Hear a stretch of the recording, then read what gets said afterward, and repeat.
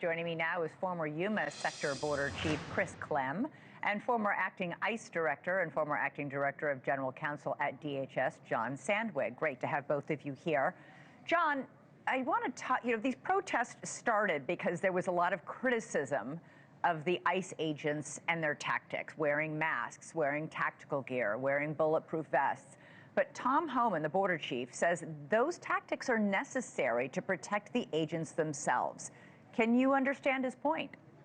Yeah, I do, Elizabeth. When you work at DHS, when you work at ICE, the number one rule is protect officer safety. Unfortunately, given how elevated and how passionate the concerns are about the immigration enforcement, the mass deportation effort, the individual agents face threats, and I'm very sympathetic to the notion that they need to take steps to protect themselves.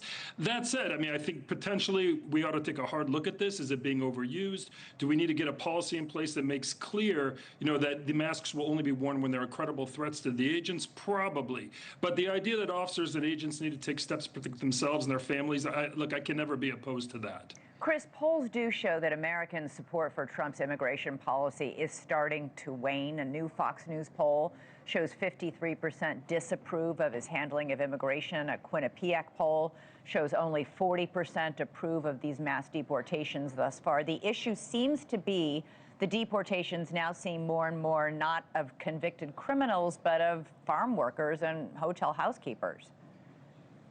Well, I say that's because it's been the 24/7 cycle since it was brought to light a few weeks ago. If this is all you're seeing, it's all we're talking about, we're missing the actual tenets of the immigration policy set forth by this administration. Look, he campaigned on this, and he did this on day one, going after national security and public safety threats. We always knew that there'd be collateral damage along the way.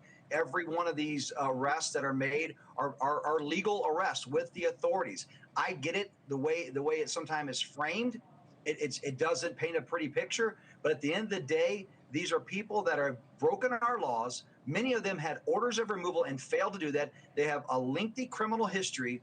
And they're and people that are getting arrested that are here just illegally, which is a crime. What are they doing hanging out with criminals in the first place? So yeah, I'm sure there's a little more,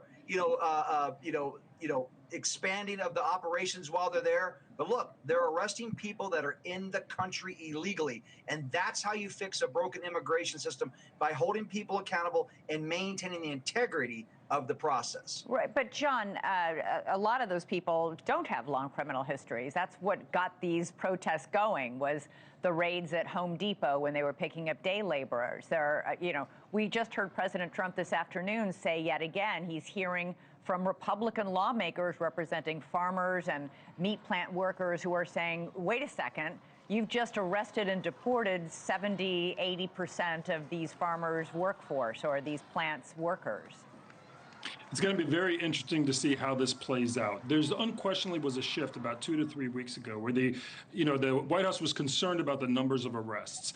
That required ICE to make a shift in their tactics away from those more targeted arrests where they're, what happens is you spend weeks looking at a target. You find somebody who has a criminal history. They can be challenging to find, but agents spend hours behind the scenes building a targeting package. Then we send a team out to go get them.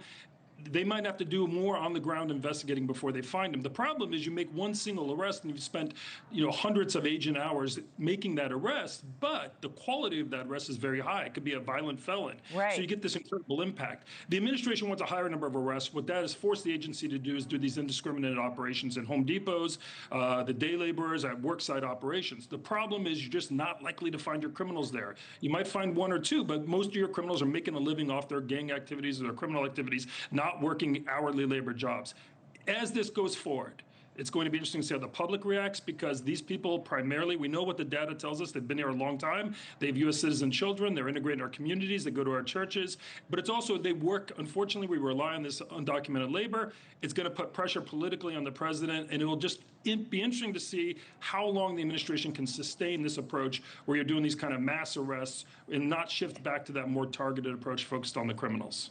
Thank you for watching. Subscribe below and download our NewsNation app right now on your phone, and you will get fact-based, unbiased news for all Americans.